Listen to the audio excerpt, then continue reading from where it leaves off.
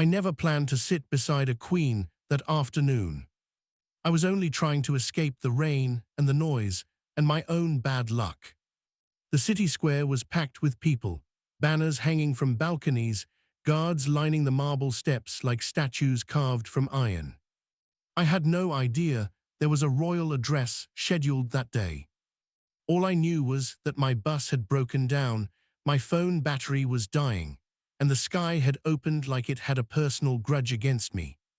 I slipped into the grand hall through a side entrance, soaked jacket clinging to my shoulders, shoes squeaking softly against the polished floor.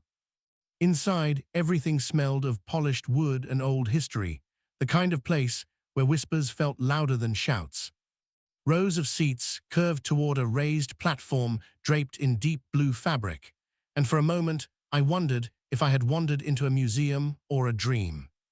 People were already seated, dressed in elegant coats and pressed suits, their posture straight and careful. I felt wildly out of place, like a smudge on a perfect painting. An usher hurried past me without a glance, clearly assuming I belonged somewhere, and I took that as permission.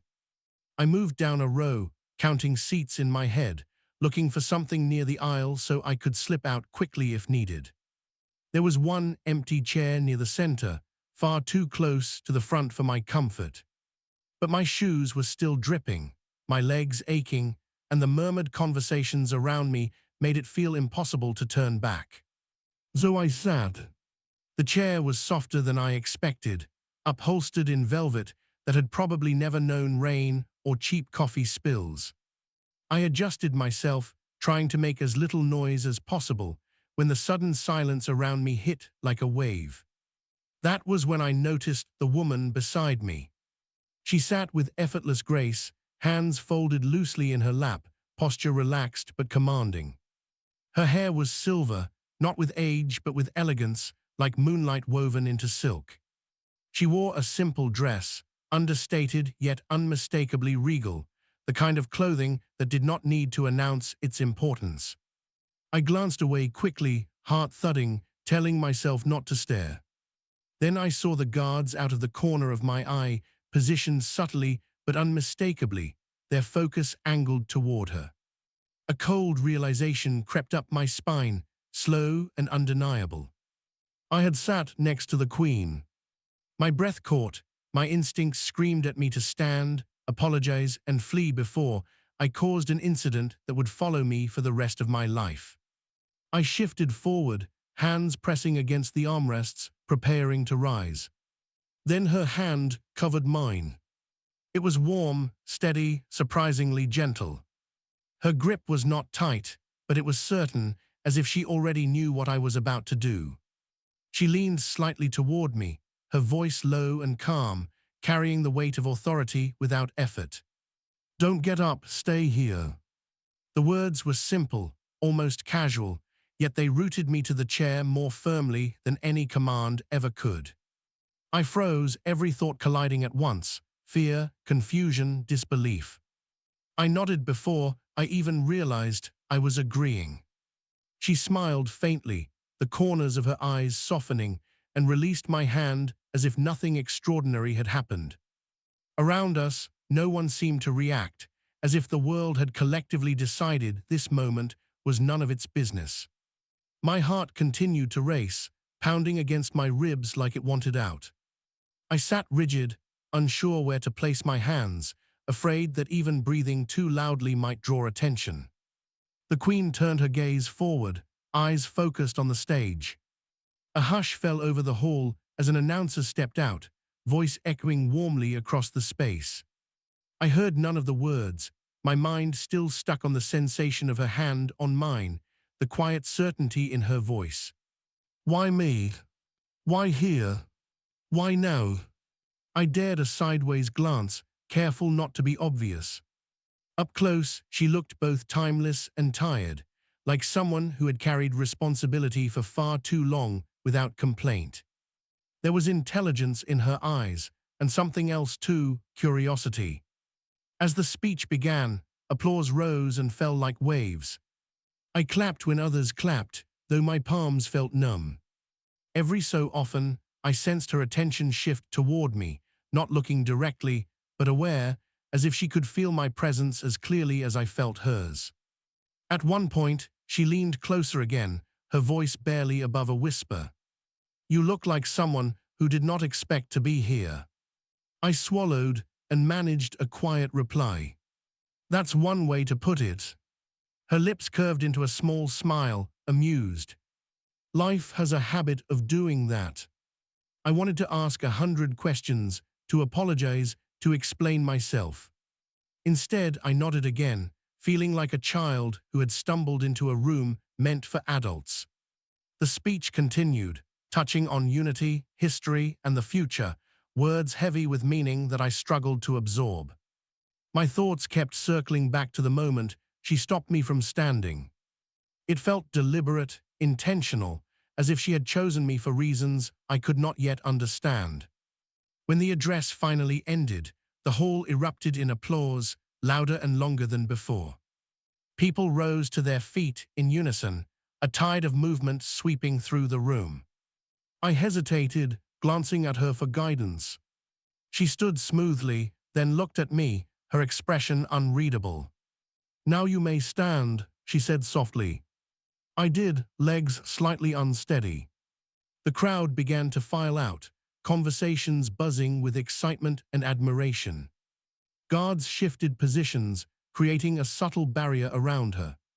Just when I thought this strange chapter of my day was ending, she turned to me once more. "There is more to this than chance," she said, her voice serious now. "Walk with me." Before I could respond, a path opened through the crowd, and I found myself moving beside the Queen, my ordinary life already feeling distant, like something I had dreamed rather than lived. I did not know it then, but that single empty seat had changed everything. And this was only the beginning. We moved through the hall together, the crowd parting with practiced ease. I felt every eye on us, even though no one dared stare for long. My steps were careful, measured, as if the marble floor itself might protest my presence. The Queen walked beside me as though this were the most natural thing in the world, her pace unhurried, her expression calm. Beyond the tall doors, the air changed, quieter, heavier, scented with old stone and polished brass. The corridor stretched ahead like a ribbon of history, portraits lining the walls, faces of past rulers watching silently. I resisted the urge to look too closely, afraid their painted eyes might accuse me of trespassing. "Relax," she said softly, noticing my stiffness. "You walk as though the floor might collapse beneath you." "I feel like it might," I replied honestly, my voice barely steady. She chuckled, a sound warmer than I expected. Human in a way that startled me. "Everything here feels fragile to outsiders," she said. "But it has endured far worse than one unexpected guest." We reached a smaller antechamber, elegant but less imposing, sunlight filtering through tall windows. The guards stopped at the doorway, remaining outside as the doors closed gently behind us. The sudden privacy made my heart race faster than before. She gestured toward a pair of chairs near a low table. "Sit," she said, not as a command, but as an invitation. I sat, hands clasped tightly together, unsure what to do with myself. She took the opposite chair, folding her hands once more, studying me with open curiosity. "You are wondering why I chose you," she said. I nodded, there was no point pretending otherwise. "Good," she replied. "Curiosity is an honest trait." She leaned back slightly, eyes drifting toward the window. "When I was younger, I believed every significant moment announced itself," she said. "Trumpets, ceremonies, destiny written in bold letters." She looked back at me. "I have learned that the moments that change us most often arrive quietly, soaked in rain, sitting in the wrong seat." I let out a breath I did not realize I had been holding. "That still does not explain why me," I said. Her gaze sharpened, not unkind but intent. "Because you tried to stand," she said. "Most people, placed beside power, freeze or flatter. You attempted to remove yourself. I frowned slightly, confused. That seems like the sensible thing to do. Sensible, she echoed, smiling. Yes, but rare. She rose and walked slowly to one of the portraits, an old queen rendered in oil and gold. My life is filled with people who want something, she said, her back to me. Advice, favor, protection, recognition. She turned, meeting my eyes again. You wanted nothing. The weight of that settled over me, heavier than any crown could be. I still want nothing, I said carefully. I do not even know what I am doing here. Neither did I, she replied quietly. Once. She returned to her seat, closer now, the distance between us no longer measured by status but by breath. I am tired, she said, the word plain and unguarded. Tired of rehearsed words and perfect bows. She paused, as if choosing whether to continue. Sometimes I wish to speak to someone who does not see me as a symbol. The room felt suddenly smaller, more intimate. I realized she was not interrogating me.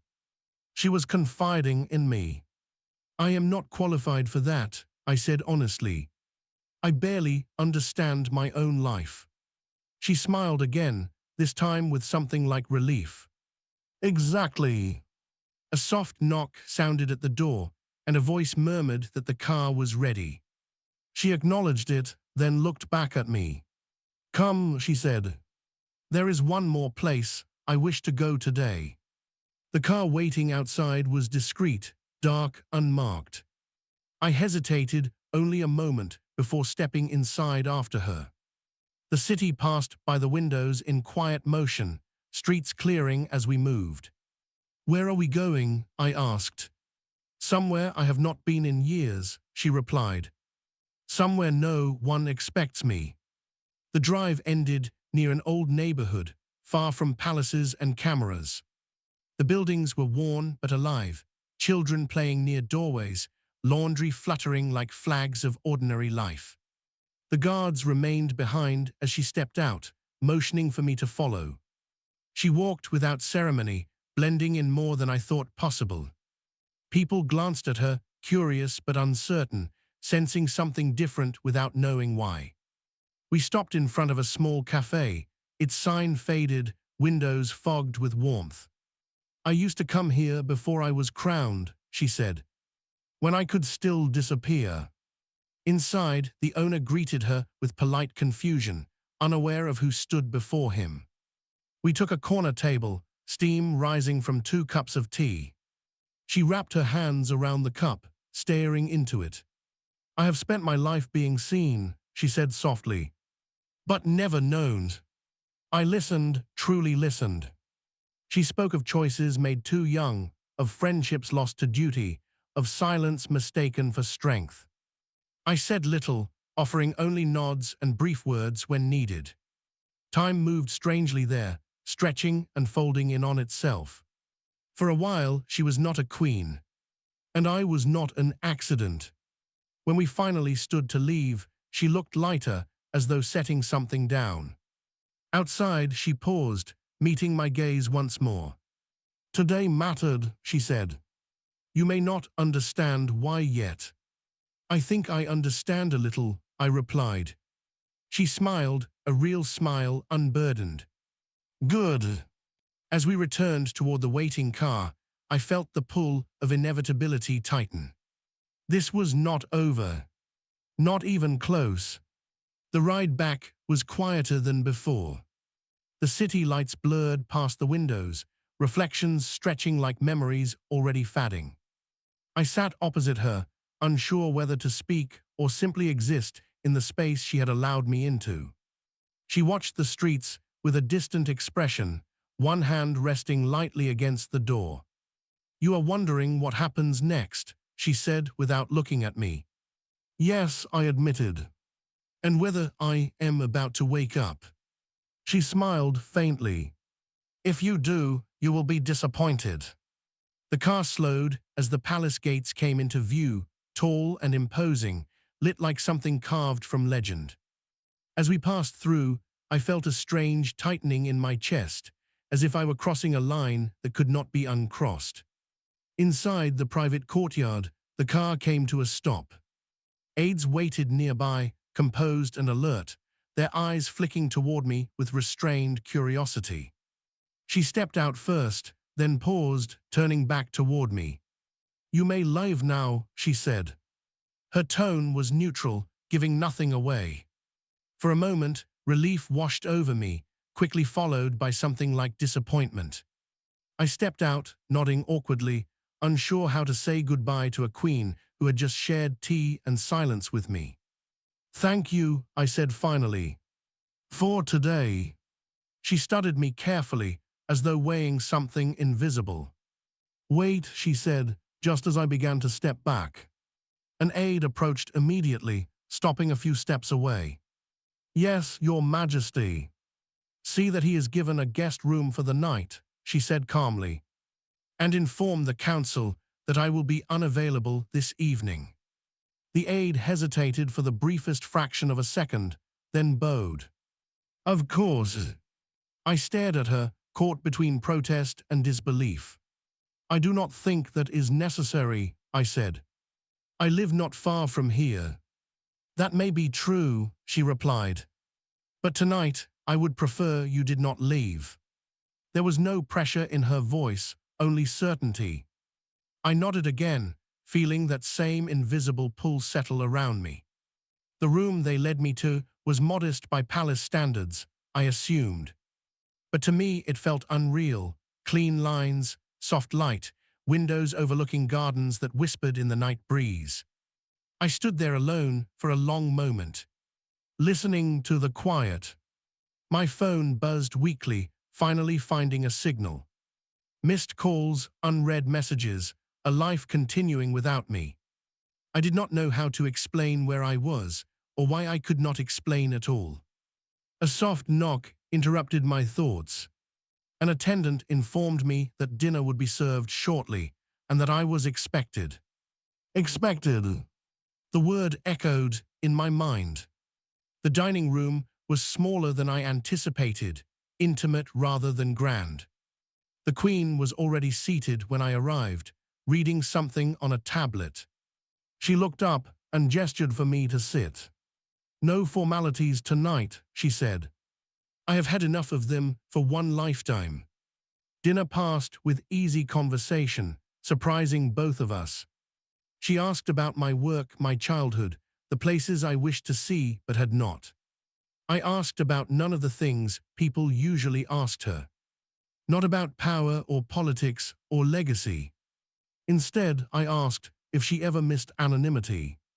She laughed softly. "Every day." As the evening wore on, her guard lowered further.